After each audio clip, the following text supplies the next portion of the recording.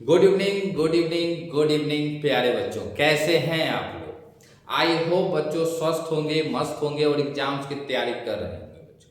आज हम आपके सामने चैप्टर 5 के टॉप 5 ऐसे सब्जेक्टिव क्वेश्चन लेकर आ रहे हैं जिन्हें आप देख लें अगर आप भी 2 फरवरी 2026 को एग्जाम देने जा रहे हैं। ठीक है, तो आज का क्लास आपके लिए बच्चों। ठीक है, देखिए ये सब्जेक्टिव सवाल हमारे पास कौन कौन से हैं। पहला सवाल है मानव में लिंग निर्धारण कैसे होता है। ठीक है, ये 2018, 2022 में, 2020 में पूछ चुका है। हीमोफीलिया अधिकतर लड़कों में ही क्यों होता है, 2009 में पूछ चुका है। ठीक है, परखनली शिशु किसे कहते हैं, अधिकतर सबसे ज्यादा पूछा जाने वाला सवाल हमारा 2017 में 2 बार पूछा है, 2021 में पूछा। ठीक है, नेक्स्ट ट्रांसक्रिप्शन और ट्रांसलेशन में अंतर बताइए, ये 2010 और 2019 में पूछा। ठीक है, और 5वां नंबर सवाल पूछा क्लाइनफेल्टर सिंड्रोम पर प्रकाश डाले, 2019 और 2021 में पूछे गए। ये टॉप 5 सब्जेक्टिव थे जिसका आंसर आज हम लोग देखेंगे और इसको हम लोग बारीकी से समझने की कोशिश करेंगे बच्चों। ठीक है, बिना समय गवाए आपको क्या करना है, एक काम हमारे साथ करना है बच्चा कि आपको क्वेश्चन को अपने दिमाग में स्टोर रखना है कि अभी हम किस क्वेश्चन पे बात कर रहे हैं। सवाल नंबर 1 पे मानव में लिंग निर्धारण कैसे होता है। ठीक है, चलो सवाल नंबर क्या था बच्चा, सवाल नंबर क्वेश्चन नंबर हमारा 1 था। ठीक है, मानव में लिंग निर्धारण। ठीक है, क्या था, मानव में लिंग निर्धारण। ठीक है, क्या है, लिंग निर्धारण। अब किसका बात कर रहा है, मानव में लिंग का निर्धारण कर रहा है। बात को, पॉइंट को समझो। ठीक है, पॉइंट को समझना। अब क्या करता है, मानव में जो होते हैं ना, अगर लिंग का निर्धारण है, हमारे शरीर का बनावट है, तो हम उसको क्या करते हैं बच्चों, अपने गुणसूत्र के अनुसार समझते हैं। ठीक है, क्या समझते हैं, गुणसूत्र के अनुसार समझते हैं। ठीक, और आपको पता है कि एक मनुष्य में क्या होता है, टोटल 46 गुणसूत्र होते हैं और 46 में जो 44 गुणसूत्र और 2 गुणसूत्र जो होते हैं बच्चा, ये आपके शरीर को बनाने का काम करता है। ठीक है, और यही गुणसूत्र हमारा क्या करता है बच्चा, ये लिंग को बनाने का काम करता है। ठीक है, अभी अगर ये हमारा अगर नर है तो यहाँ पर ये लिंग गुणसूत्र हमारा XY हो जाएगा। अगर यहाँ पर यही हमारा क्या हो जाएगा, मादा रहता तो यही लिंग गुणसूत्र हमारा क्या हो जाता, XX हो जाता। ठीक है, अब क्या है, हम संतान की प्राप्ति के समय, जिस समय संतान का जन्म होता है, तो उस समय हमारा लिंग का निर्धारण क्या कैसे होता है, ये है इस क्वेश्चन का सवाल। ठीक है, जो जिसका आंसर जो है ना बच्चा, जिसका आंसर जो है हम लोग क्या कर सकते हैं, आसानी से दे सकते हैं। ठीक है, आसानी से दे सकते हैं। कैसे देते हैं, चलो इस चीज को हम लोग थोड़ा सा सीखते हैं। ठीक है, हम जानते हैं क्या, आंसर लिखते हैं। ठीक है, डायरेक्ट आंसर लिखते हैं। ठीक, मानव में, ठीक है, मानव में कुल 46 गुण सूत्र होते हैं। ठीक है, कितने होते हैं, मानव में कुल 46 गुण सूत्र होते हैं, जिसमें से 44 गुणसूत्र, ठीक है, गुणसूत्र शरीर का बनावट बनाता है। क्या करता है, शरीर का बनावट बनाता है। ठीक है, और 2 गुणसूत्र, ठीक है, 2 गुणसूत्र लिंग का निर्माण करता है। क्या करता है, लिंग का निर्माण करता है।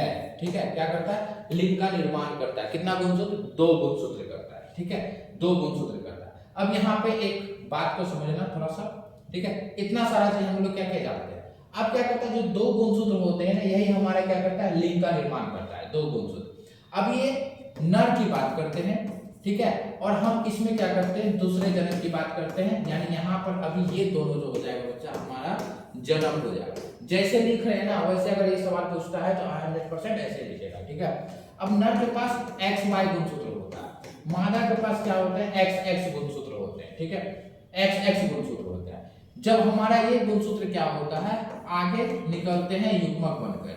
ठीक है, पहला युग्मक, दूसरा युग्मक, आगे निकलते हैं, ये बच्चा निकलते हैं हमारा युग्मक बनकर आगे निकलते हैं। ठीक है, इसको क्या बोल देते हैं हम लोग, युग्मक बोल देते हैं, है ना, युग्मक बोल देते हैं, गैमेट्स बोल देते हैं। ठीक है, जब देखना, जब हमारा नर का X गुणसूत्र मादा के X गुणसूत्र से मिलता है तो लड़की जन्म लेता है, और जब नर का Y गुणसूत्र मादा के X गुणसूत्र से मिलता है तब लड़का जन्म लेता है। बस इसी टॉपिक को जो हमने बताया, बस इसी को क्या कर देना है, लिख देना।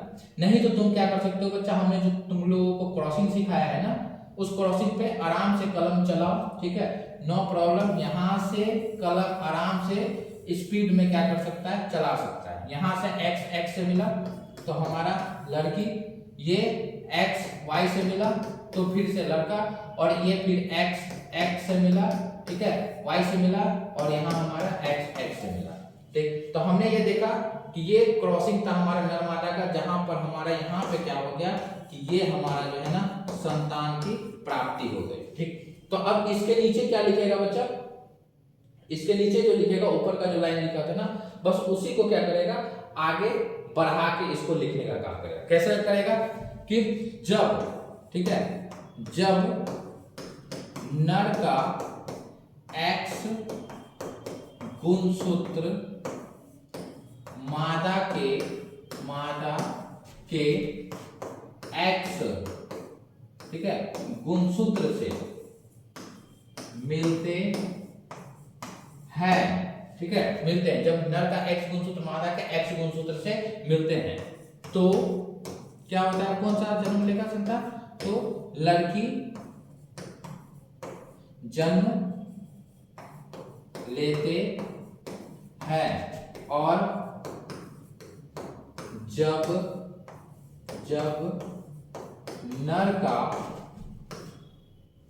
जब नर का Y गुणसूत्र, ठीक है, मादा के X गुणसूत्र से मिलते हैं, X गुणसूत्र से मिलते हैं तो लड़का जन्म लेता है। क्या करता है, लड़का जन्म लेता है। समझ में आ रहा है बात को, X गुणसूत्र मिला इस मादा के X गुणसूत्र से, तो ये हमारा लड़की जन्म लिया, और जब यही Y गुणसूत्र जब मादा के X गुणसूत्र से मिलता है तो हमारा क्या होता है, यहाँ पे ये लड़का जन्म लेता है। ठीक है, क्लियर है पॉइंट को। और इसी तरह, ठीक है, और इसी तरह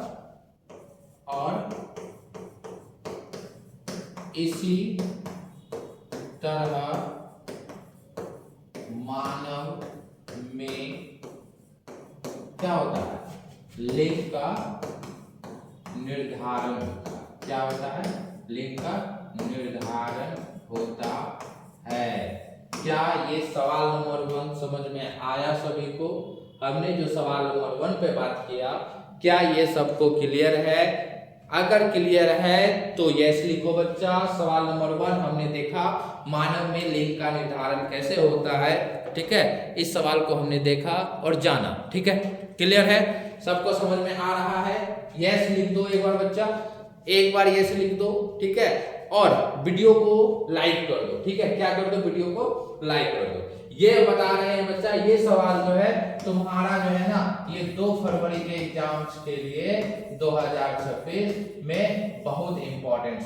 ठीक है, बहुत इंपॉर्टेंट है, इसको कंठस्थ आपको याद कर लेना है, कंठस्थ याद कर लेना है। ठीक है, चलिए सवाल नंबर देखते हैं। दूसरा सवाल नंबर क्या था, हीमोफीलिया अधिकतर लड़कों में ही क्यों होता है? ठीक है, किस में होता है हीमोफीलिया अधिकतर? हमारा लड़की में ही क्यों होते हैं? ठीक है, चलो देखते हैं सवाल नंबर, हीमोफीलिया अधिकतर लड़कों में क्यों होते हैं? ठीक है, सवाल नंबर क्या था, हीमोफीलिया अधिकतर लड़कों में ही क्यों होते हैं? ठीक है, क्या होते हैं, हीमोफीलिया अधिकतर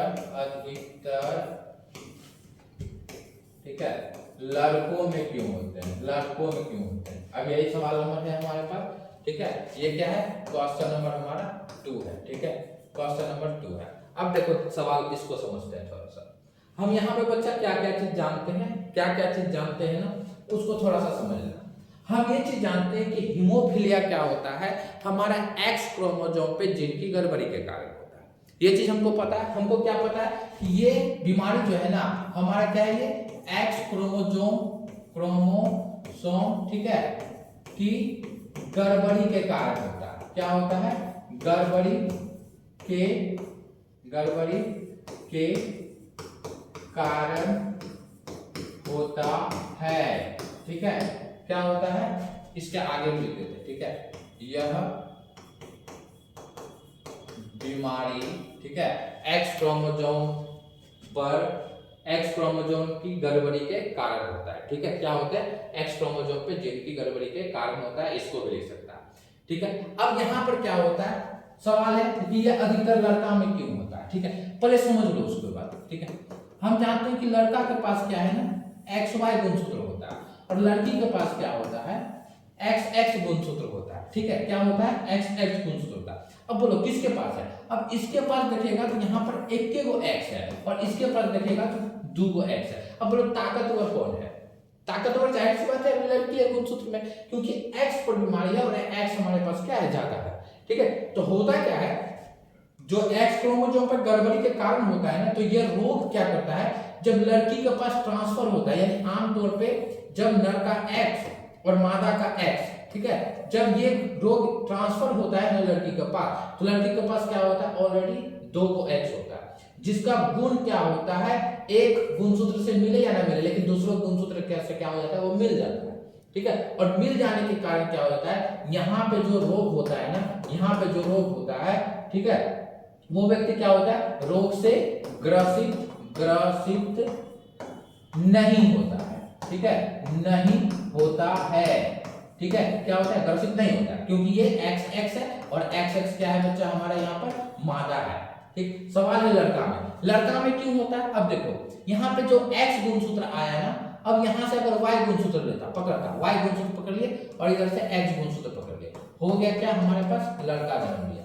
तो अब लड़का में जाने का कारण कि जो एक्स क्रोमोसोम वाला गड़बड़ी वाला बीमारी जो था ना, तो अब क्या करता है, वो लड़कों के पास आता है, और लड़कों के पास क्या होता है, एक ही गुणसूत्र होते हैं, जिनसे वो क्या होता है कि इसका गुणसूत्र उसके जीन से मैच नहीं खा पाता, और नहीं खा पाने के कारण क्या होता है कि हमारा बीमारी जो है ना, अधिकतर क्या होता है बच्चों, हम लड़कों में हमारा ये रोग क्या होता है, वो ट्रांसफर हो जाता है, यानी लड़का क्या होते हैं, इससे ग्रसित हो जाते हैं, ठीक है, ग्रसित हो जाते हैं।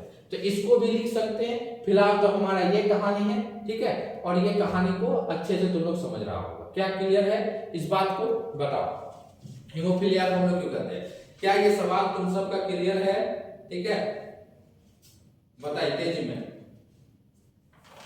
अब इसी को क्या करना है, लिख देना है। क्या कर देना है, लिख देना है, ठीक है। अब कैसे लिखना है, तो याद रखना गड़बड़ी के कारण होता है। तो यहाँ पे हम क्या लिखेंगे बच्चा, ठीक, कि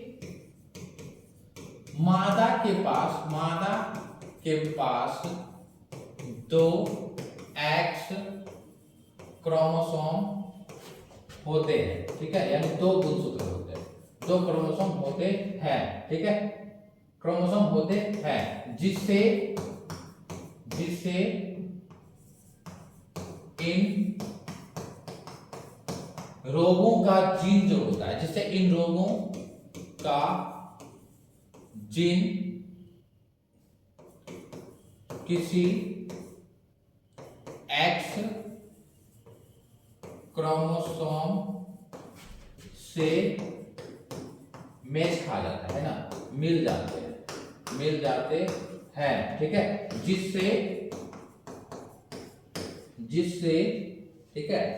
जिससे अभी हम इसको क्या करते हैं, थोड़ा सा छोटा कर देते हैं, ठीक है, जिससे छोटा कर देते हैं थोड़ा सा।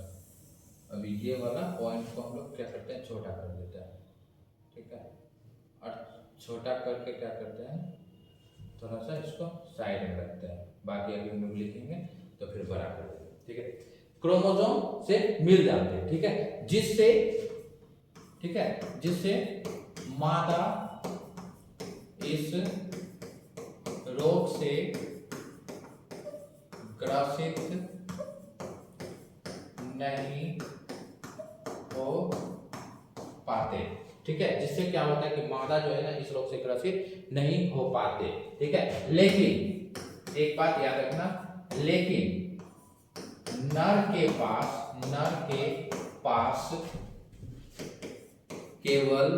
केवल एक ही एक्स क्रोमोसोम है, ठीक है, एक्स क्रोमोसोम है, ठीक है, एक्स क्रोमोसोम है, ठीक है, क्रोमोसोम है, जिससे ठीक है इन रोगों का इन रोग का जीन, ठीक है, इसमें आसानी से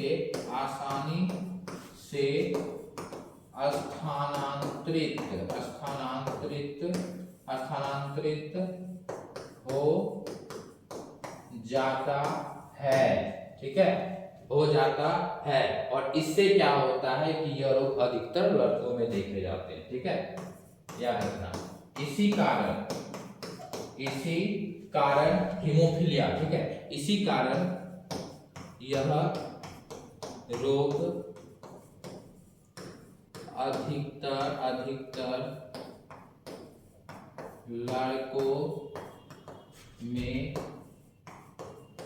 लड़कों में देखे जाते हैं। इसी कारण ये रोग क्या होता है बच्चा हमारा, लड़कों में देखे जाते हैं, ठीक है, देखे जाते हैं। तो इस पॉइंट को उम्मीद करते हैं समझ गया होगा। और उसके बाद क्या कर सकता है कि इसको जो है ना, चलो इसको एक बार फिर से करते हैं, ठीक है, और इसको जो है तुम लोग आसानी से इसके नीचे बना सकते हैं, ठीक है। और ये हमारा सवाल नंबर 2 भी क्लियर हुआ। क्या ये भी सवाल आपके डाउट से क्लियर है, ठीक है। तो ये भी सवाल पसंद आ रहा है बच्चों तो एक बार वीडियो को लाइक करना। अब चलते हैं सवाल नंबर, हम लोग 3 पे चलते हैं। सवाल नंबर 3 क्या था हमारा, परखनली शिशु किसे कहते हैं, ठीक है, क्या कहते हैं, परखनली शिशु किसे कहते हैं। सवाल नंबर 3 को देखते हैं, ठीक है, सवाल नंबर 3 समझ में आ रहा है सबको, गुड। अब क्या कर रहा है, परखनली शिशु की बात कर रहा है, ठीक है, परखनली शिशु की बात कर रहा है। ये क्या है, क्वेश्चन नंबर हमारा 3 है, ठीक है, क्वेश्चन नंबर 3 है। अब देखो परखनली शिशु क्या होता है, सबसे पहले जान लो बच्चा, हम इसको एक अलग नाम से बोलते हैं, हम इसको IVF बोल देते हैं, जिसको क्या कहते हैं, in vitro, FERTILIZATION, in vitro fertilisation के नाम से भी हम क्या करते हैं, इन्हें जानते हैं, ठीक है, क्या करते हैं, इन्हें जानते हैं। क्या इस सवाल के आंसर आप सबको पते हैं तो कमेंट्स कीजिएगा, और इसके आंसर पे चलते थोड़ा सा बारीकी से देखते हैं, ठीक है। सिंपल सवाल है लेकिन ये है कई बार पूछा गया है, तो ये सवाल बच्चा याद रखना, ये इंपॉर्टेंट है, ठीक है, इंपॉर्टेंट, जितना स्टार लगाना होगा इसमें लगा सकता है, ठीक है। सबसे पहले लिखो इसमें, ठीक है, कि परखनली शिशु को IVF के नाम से भी जाना जाता है। किसके नाम से जाना जाता है, IVF के नाम से हमारा क्या करते हैं, परखनली शिशु को जानते हैं। IVF क्या होता है, कोई बता सकता है बच्चा, IVF क्या होते हैं, प्लीज कमेंट्स नाउ, ठीक है, बताइए IVF क्या होता है, ठीक है। अब इसमें क्या करते हैं,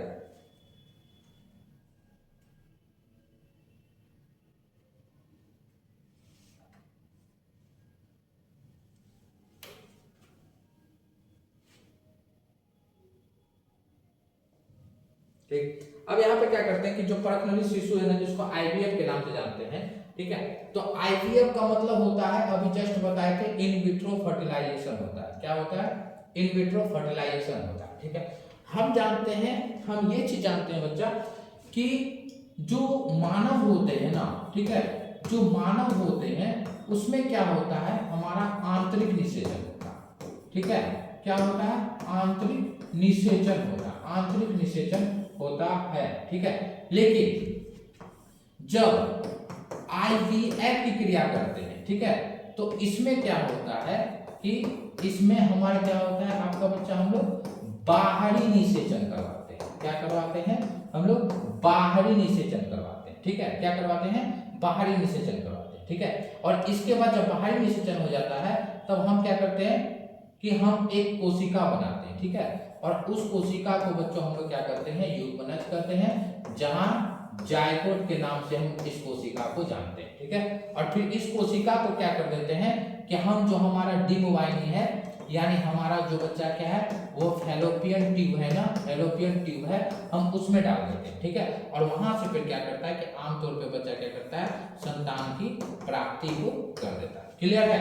अब इसी पॉइंट को अब हमें क्या करना है, इधर लिखना है, समझना है। ठीक है, बात समझ में आ रहा है। इस पॉइंट को अभी क्या करना है, चलो अब इसको थोड़ा सा हम लोग क्या कर देते हैं, नीचे कर देते हैं। ठीक है, अभी नीचे कर देते हैं। ये जो पॉइंट्स लिखे इसको अभी हम लोग क्या कर देते हैं, नीचे कर देते हैं। ठीक है, नीचे कर देते हैं, फिर इसको ऊपर लाया जाएगा। ठीक है, चलो अभी हम लोग लिखते हैं, यहाँ पे क्या करते हैं, इसको लिखते हैं, सॉल्व करते हैं। अब हम लोग क्या करते हैं, देखो प्रखनली शिशु को आईपीएफ के नाम से जाना जाता है। ठीक है, इसमें नर के शुक्राणु को और मादा के अंडाणु को, ठीक है, जो नर का शुक्राणु होता है ना और मादा का जो अंडाणु होता है। ठीक है, तो नर के शुक्राणु को और मादा के अंडाणु को एक परख नली में रखकर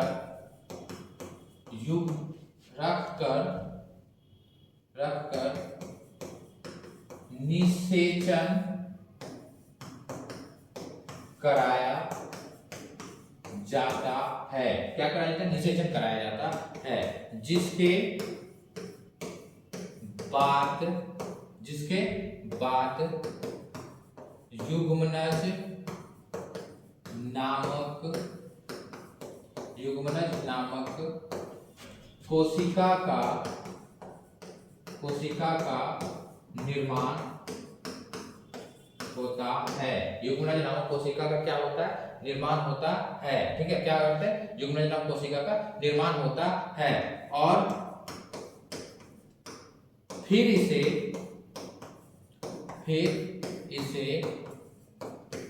मादा के फैलोपियन ट्यूब में रोपित कर दिया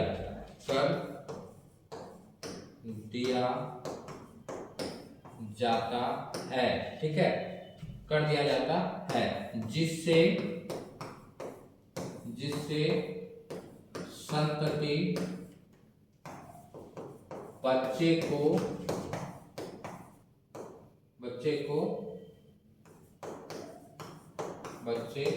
को आमतौर पर जन्म दे देते हैं।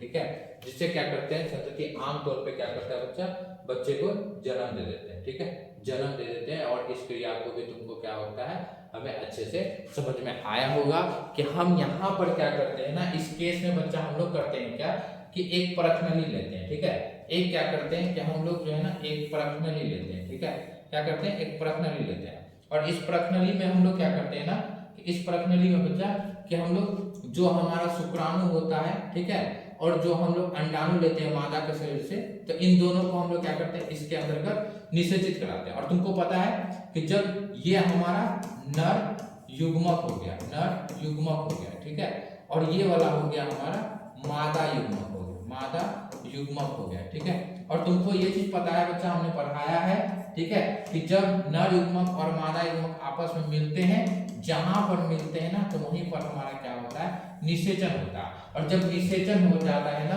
तो एक कोशिका बनता है, जहां से हमारा युग्मनज का नाम करते हैं। ठीक है, और उसके बाद हम इसको क्या करते हैं कि जो हमारा फैलोपियन ट्यूब है ना, ठीक है, फैलोपियन ट्यूब है बच्चा, हम उसमें क्या कर देते हैं, फैलोपियन ट्यूब में हम क्या कर देते हैं, रोपित कर देते हैं। ठीक है, रोपित कर देते है और वह आमतौर पर क्या करता है, वो संतान को जन्म दे सकता है। और ये क्रिया बच्चा हमारा, ये संपूर्ण क्रिया जो है ना हमारा IVF कहलाता है, ठीक है। और इसी को हम लोग क्या कर देते हैं बच्चा, परगनली, ठीक है, परगनली शिशु हम लोग क्या करते हैं, इसी को करते हैं, ठीक है। क्लियर है, समझ में आया ये सारा पॉइंट, परगनली शिशु। सवाल नंबर हमारा तीसरा था। क्लियर है सबको? एक बार बच्चों क्लियर है तो एक बार वीडियो को लाइक करो, कमेंट करो और अपने दोस्तों के पास शेयर करो, ठीक है। चलो अब आगे चलते हैं, ध्यान देना बात को, ठीक है। नेक्स्ट सवाल क्या था? नेक्स्ट सवाल था ट्रांसक्रिप्शन और ट्रांसलेशन में अंतर बताइए। ये सवाल बहुत इंपॉर्टेंट है, ठीक है। अब देखिए नेक्स्ट सवाल पे देखते हैं हम लोग क्या करते हैं, ठीक है।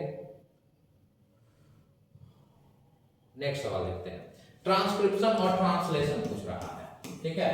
ट्रांसक्रिप्शन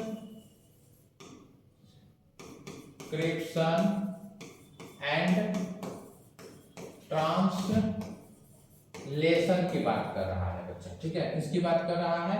ट्रांसक्रिप्शन और ट्रांसलेशन की बात कर रहा है। तुमको पता है कि हम इसको हिंदी में क्या कहते हैं? हम इसको बच्चा कहते हैं अनुलेखन कहते हैं। क्या कहते हैं?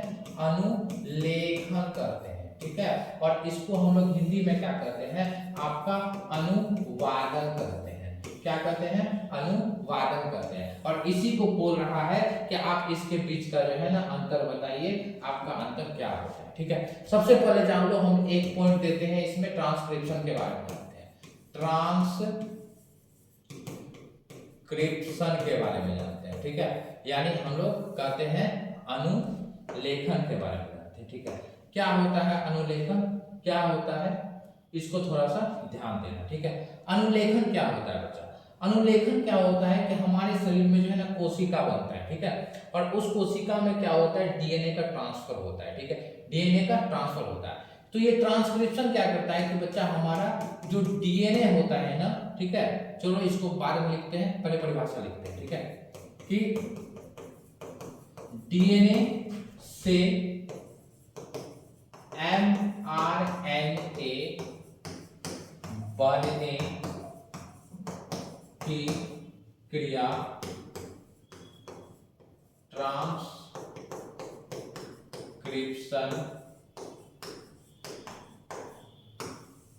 कहलाती है, ठीक है। डीएनए से एमआरएनए बनने की क्रिया हमारा क्या कहलाता है बच्चा? ट्रांसक्रिप्शन कहलाता है, ठीक है।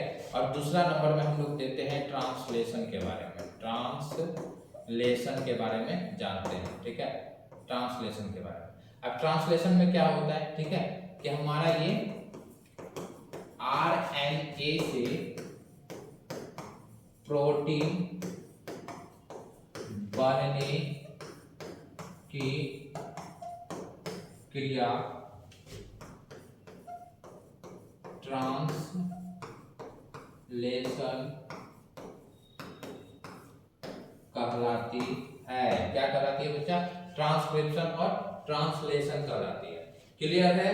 एक बार यस बोलो या, ठीक है, तेजी में बोल सकते हो। क्या कर सकते हैं? तो हम लोग आसानी से हम लोग ये जान रहे हैं कि हमारा जहां पर हमारा क्या होता है बच्चा, कि डीएनए बनता है, ठीक है। और डीएनए से अगर हम लोग आरएनए बनता है ना, तो यही क्रिया हमारा क्या कहलाता है बच्चा? आपका ट्रांसक्रिप्शन कहलाता है, जिसको हिंदी में हम लोग क्या बोलते हैं? आपका अनुलेखन कहते हैं। अनुलेखन कहते हैं, ठीक है। और जहां पर हमारा, ठीक है, और जहां पर हमारा क्या होता है कि आरएनए से, ठीक है, हमारा प्रोटीन वाला क्रिया स्टार्ट हो जाता है, ठीक है। और इसी को बच्चा हम लोग क्या बोल देते हैं? आपका ट्रांसलेशन के नाम से जानते हैं, जिसको हिंदी में क्या कर देते हैं बच्चा? हम लोग अनुवादन करते हैं। क्या कहते हैं? अनुवादन करते हैं। क्लियर है? ये हमारा चौथा नंबर सवाल का आंसर है, ठीक है। कौन सा सवाल है ये? क्वेश्चन नंबर हमारा बच्चा क्या था? चौथा नंबर था, ठीक है, जो काफी ज्यादा वीआई था। आप इसे लिख कर आएंगे तो ये हमारा आंसर चौथा नंबर था, ठीक है। क्या क्लियर है आप सबको? ये चौथे नंबर सवाल में भी किसी को एनी डाउट है, किसी को कोई प्रॉब्लम है, तो आप क्या कर सकते हैं? कमेंट्स मार सकते हैं बच्चों, ठीक है, कमेंट्स कर सकते हैं। नेक्स्ट सवाल पे देखते हैं हम लोग। सवाल नंबर क्या था?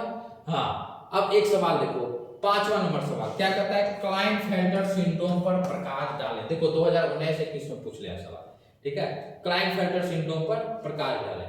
ठीक, अब देखो यहाँ पे हम लोग चलते हैं, क्या होता है हमारा क्लाइनफेल्टर सिंड्रोम, ठीक है, क्या है पूछ रहा है, क्लाइनफेल्टर हमारा सिंड्रोम के बारे में पूछ रहा है कि ये सिंड्रोम क्या होता है। ठीक है, ये क्वेश्चन नंबर बच्चा हमारा क्या हो जाएगा, 5 हो जाएगा। ठीक है, 5 हो जाएगा, ये सवाल नंबर हमारे क्या हो जाएंगे, 5 हो जाएंगे। ठीक है, सवाल नंबर 5 हो जाएंगे। ठीक, चलिए ध्यान देना बात को, ठीक, और थोड़ा सा ध्यान लगाओ। अब क्या कहते हैं क्लाइनफेल्टर सिंड्रोम क्या होता है, देखो ये सिंड्रोम वाला रिलेटेड जो है ना, तुमको पता है हम लोग क्या बताए थे बच्चा, हमने पढ़ाया था आपको एक पॉइंट म्यूटेशन वाला घटना। ठीक है, और म्यूटेशन क्या करता है कि हमारे कोशिकाओं के जीन में जो होता है ना, यह हमारा क्या करता है बच्चा, हमारा एक अचानक परिवर्तन करता है। क्या करता है, अचानक परिवर्तन करता है, और अचानक परिवर्तन के कारण क्या होता है, हमारे सामने अलग अलग रोग आते हैं। ठीक है, और अलग अलग रोग में हम लोग पढ़ते हैं डाउन सिंड्रोम के बारे में। ठीक है, डाउन सिंड्रोम के बारे में, ठीक, या उसके बाद हम लोग टर्नर सिंड्रोम के बारे में, और फिर हमारा पढ़ते हैं हम लोग क्लाइनफेल्टर सिंड्रोम के बारे में। ठीक है, क्लाइनफेल्टर सिंड्रोम। तो अब यही पॉइंट्स है हमारे सामने, जहां पर हमें क्या करना है ना, कि आपको इसी पॉइंट में से जो सबसे अंतिम वाला पॉइंट है क्लाइनफेल्टर, इसी में जानना है हमारा क्या होता है। ठीक है, क्योंकि सवाल ये हमारे पूछे गए हैं, और ये सवाल भी बच्चे क्या है, मोस्ट वीवीआई है। ठीक है, ये आप इसे कंठस्थ देख के जाना। अब हमारे सामने देखो क्या होता है, कहते हैं कि हमारे सामने जो होता है ना बच्चे, टोटल हमारे शरीर में 46 गुणसूत्र होते हैं, और 46 में से क्या होता है, 44 गुणसूत्र हमारा शरीर बनाता है, 2 गुणसूत्र हमारे क्या करता है, लिंग को निर्माण करते हैं। तो ये गुणसूत्र क्या करता है कि जो लिंग गुणसूत्र होते हैं ना, आमतौर पे जो हमारा एक्स गुणसूत्र होता है, उसमें ये एक गुणसूत्र क्या करता है, बढ़ जाता है, यानी 3 की जगह हो जाता है, और ये बढ़ता है हमारे किसमें, लिंग गुणसूत्र में। हमारा एक गुणसूत्र बढ़ जाने के कारण हम एक रोग से ग्रसित हो जाते हैं बच्चा, और उसी रोग को हम लोग क्या करते हैं, आपका क्लाइनफेल्टर सिंड्रोम के नाम से बच्चा हम लोग इसे जानते हैं। क्या क्लियर है इस पॉइंट को? अब हम लोग इसे क्या करते हैं, लिखने का काम करते हैं। ठीक है, क्लाइनफेल्टर सिंड्रोम क्या है,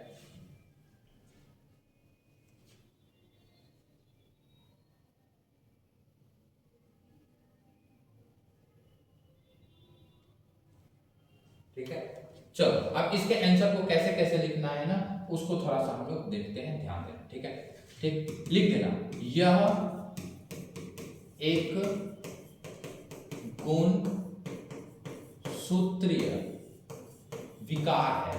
ठीक है, यह एक गुणसूत्रीय विकार है। ठीक है, जो मानव में एक अतिरिक्त गुणसूत्र के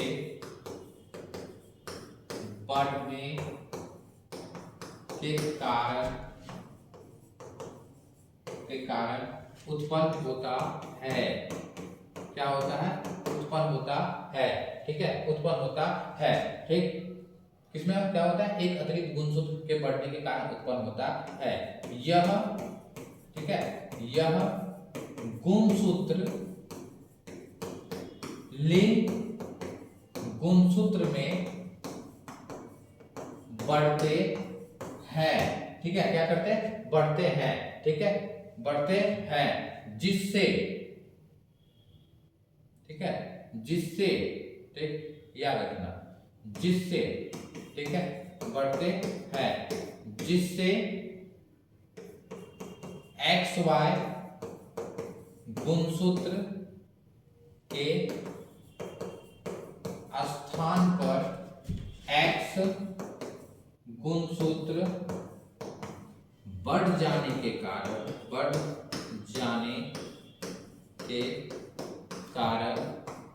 XY, ठीक है, गुणसूत्र